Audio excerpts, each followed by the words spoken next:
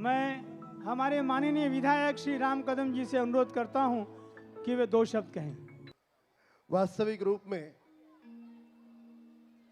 मैं कुछ बोलने को प्रारंभ करूं,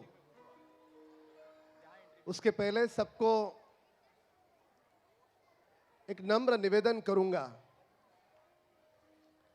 कि इतना शानदार देवी मां के चौकी का कार्यक्रम केशव भाई गुप्ता और यहाँ का मां वैष्णव देवी मित्र मंडल ने किया है, तो उनका जोरदार तालियों के साथ अभिनंदन किया जाए। ऐसे भगवान के कार्यक्रम में जाने के बाद मैं कम से कम बोलने का प्रयास करता हूं और हो सके तो माइक हाथ में नहीं लेता। लोग मुझसे पूछते हैं कि ऐसा क्यों करते हो, तो मैंने किसी को कहा कि ऐसे कार्यक्रम में अगर नेता दिख जाए तो लोग आपस में दूसरे के कान में बोलते, देखो चोर लोग आ गए।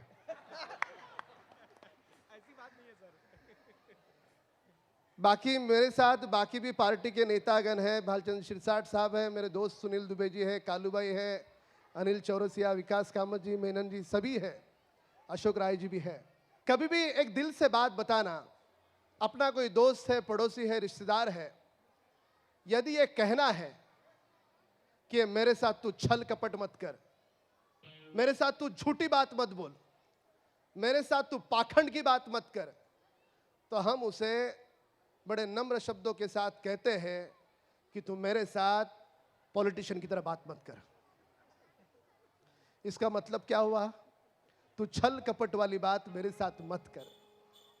यानी राजनीति का स्तर, राजनीति में रहने वाले कुछ लोगों ने इतना गिराया है कि लोगों के मन में आता है कि राजनेता सारे एक जैसे हैं। इसके लिए कारण ही राजनीतिक लोग खुद हैं। पर प्रदीप सिंह जी से मेरे बचपन के साथी है, दोस्त है, इन्हीं दोस्तों के कारण मैं राजनीति में होते हुए भी अध्यात्म की किनार, अध्यात्म की जो एक अलग शक्ति है, वो शक्ति को साथ में रखते हुए मैं राजनीति में आया, पर अध्यात्म को कभी मैंने नहीं छोड़ा। मैं लोगों से हमेशा कहता हूं कि देवी मां के दर्शन के लिए हम वैष्णो देवी चले जाए, स्वागत है। महालक्ष्मी के दर्शन के लिए हम कोल्हापुर चले जाए, स्वागत है।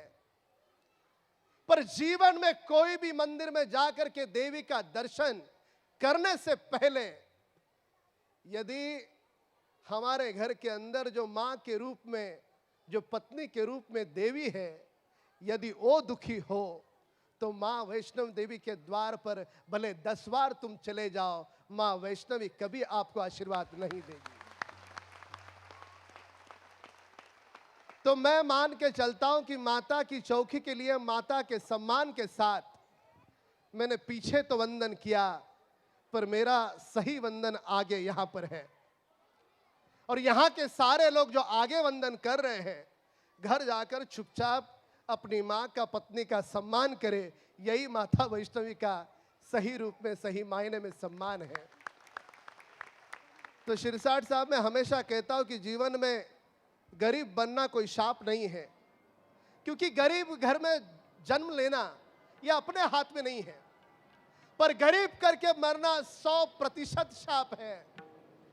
तो लोग मुझे पूछते हैं कि गरीबी से अमीर बनने का मंत्र क्या है। मैं लोगों से कहता हूं कि जो आदमी को जीवन में बड़ा बनना है, उसने केवल 2 चीजें करनी चाहिए। पहली चीज, अपने घर से बाहर निकलते समय जिन माता पिता ने अपने को जन्म दिया है, उनके कदमों पर सर रख करके, उनके कदमों को हाथ लगा करके बाहर निकले। जीवन में उस इंसान को बड़ा होने से कोई भी नहीं रोक सकता। ये पहली बात।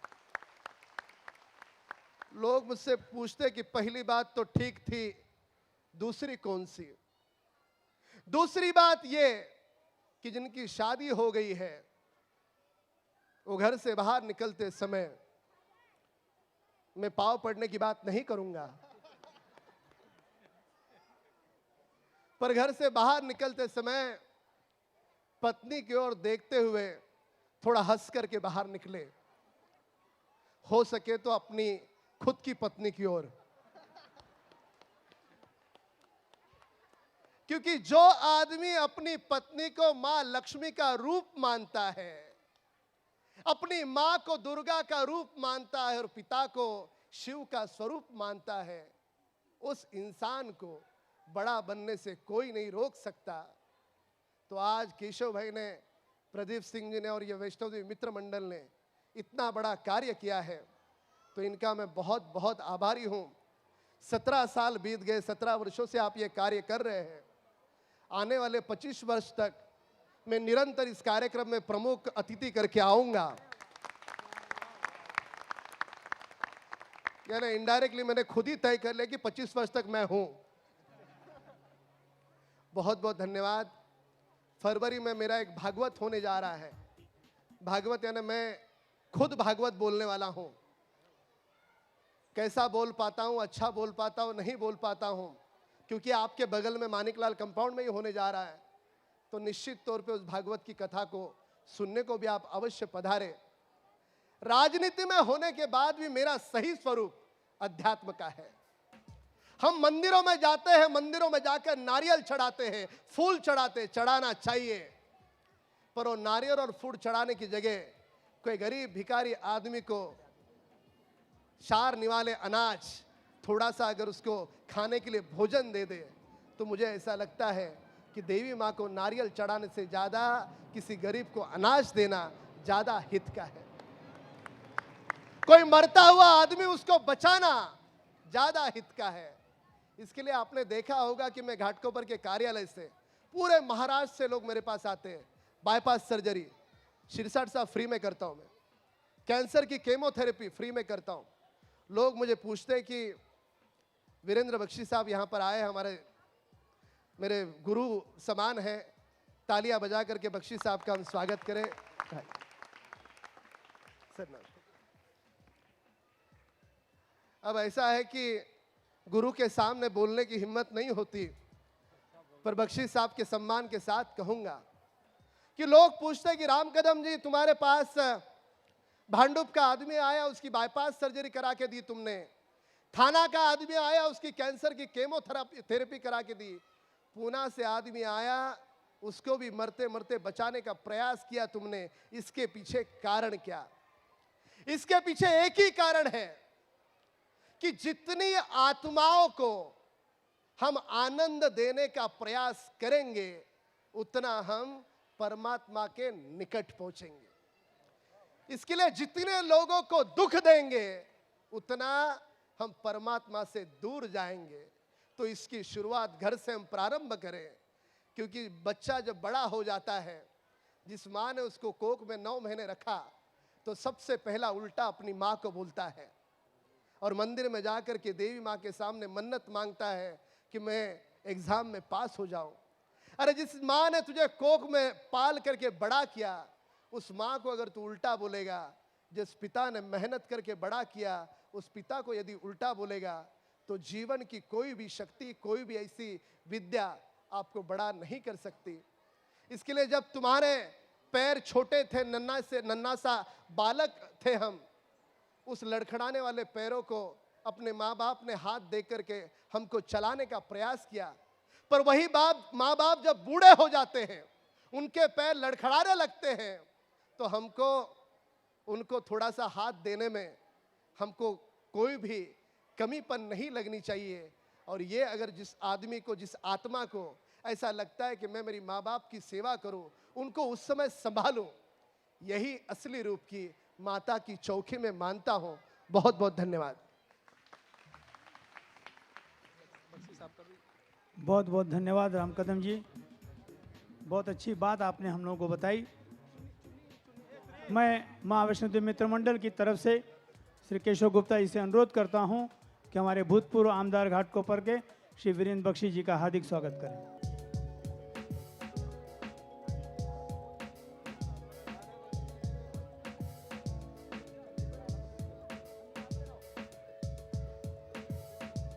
मैं श्री केशव गुप्ता जी से अनुरोध करता हूं श्री वीरेंद्र बख्शी जी का स्वागत करें। धन्यवाद। श्री मनोज दुबे जी का हार्दिक स्वागत करता है माँ वैष्णो देवी मित्र मंडल। और श्री राम गोविंद यादव जी का भी हम हार्दिक स्वागत करते हैं।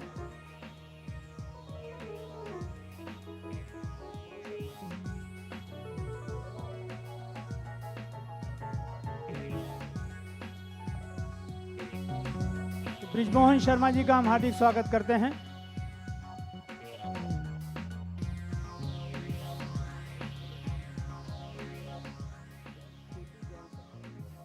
श्री केपी जैन जी का हम हार्दिक स्वागत करते हैं मां वैष्णो मित्र मंडल की तरफ से।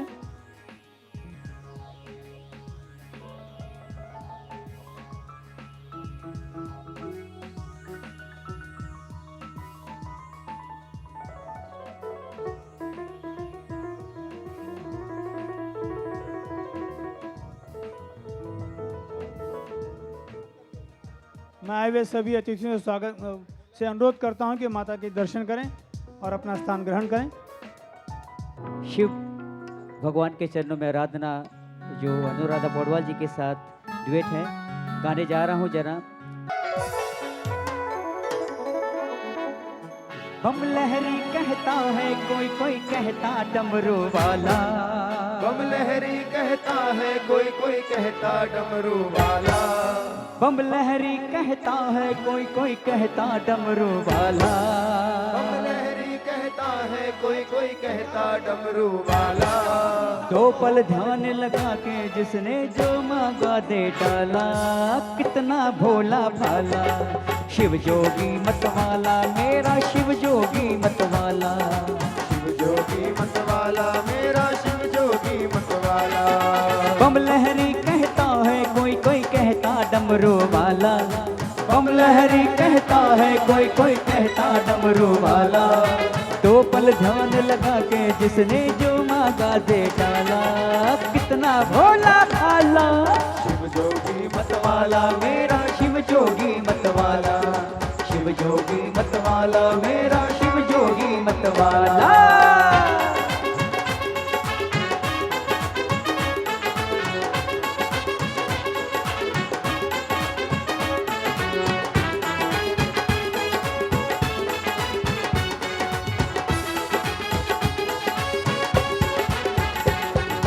विश्वनाथ की महिमा जग में कोई समझ ना पाया, महादेव ही जाने क्या है महादेव की माया, महादेव ही जाने क्या है महादेव की माया।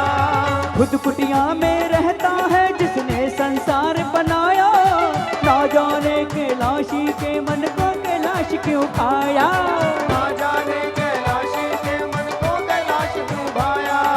बांट दिया अमृत देवों में, पी लिया विष का प्याला, कितना भोला भाला शिव जोगी मतवाला, मेरा शिव जोगी मतवाला, शिव जोगी मतवाला, मेरा शिव जोगी मतवाला।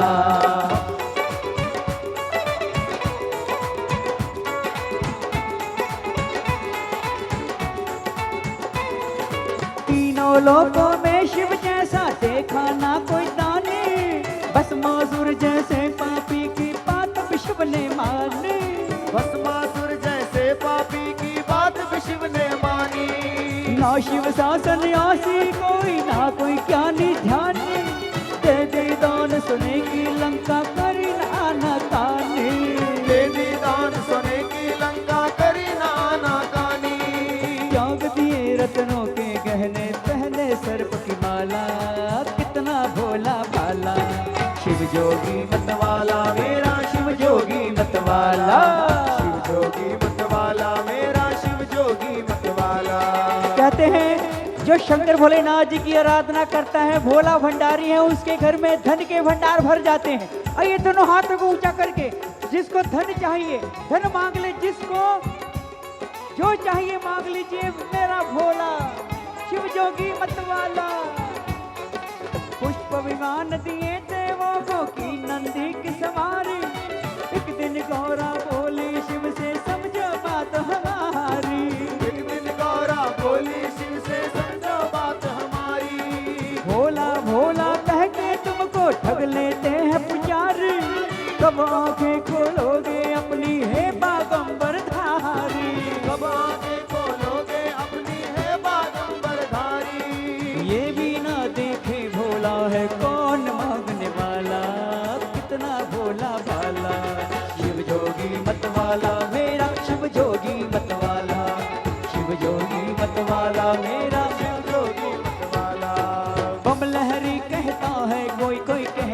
डमरू वाला। बम लहरी कहता है कोई कोई कहता डमरू वाला। दो पल ध्यान लगा कर जिसने जो मांगा दे डाला, कितना भोला भाला। शिव जोगी मतवाला मेरा शिव जोगी मतवाला। शिव जोगी मतवाला मेरा शिव जोगी मतवाला। शिव शंकर भगवान की जय। एक बहुत ही सुंदर झांकी श्री कृष्ण सुदामा जी की आपके समक्ष पेश होने जा रही है। इस झांकी के आनंद लेने के बाद एक बार फिर से आप श्रीमती निशा चौहान जी की मधुर आवाज़ सुनेंगे। जय माता दी।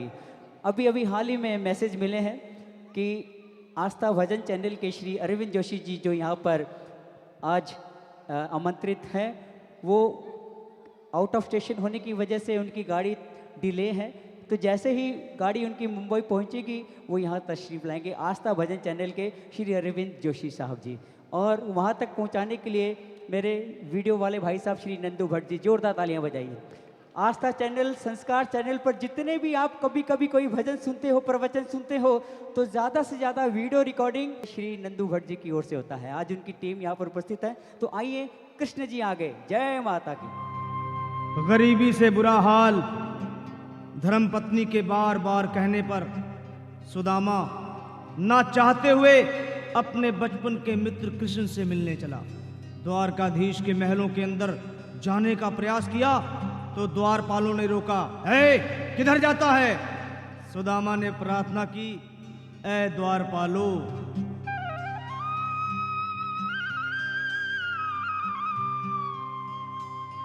देखो देखो ये गरीबी का हाल।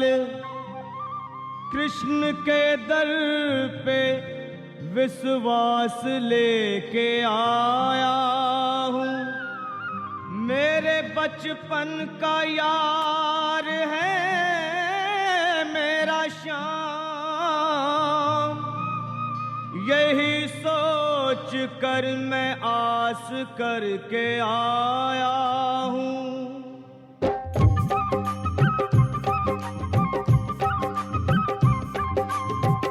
अरे द्वारपालो कन्हैया से कह दो, अरे द्वारपालो उस कन्हैया से कह दो के दर पे सुदामा गरीब आ गया है।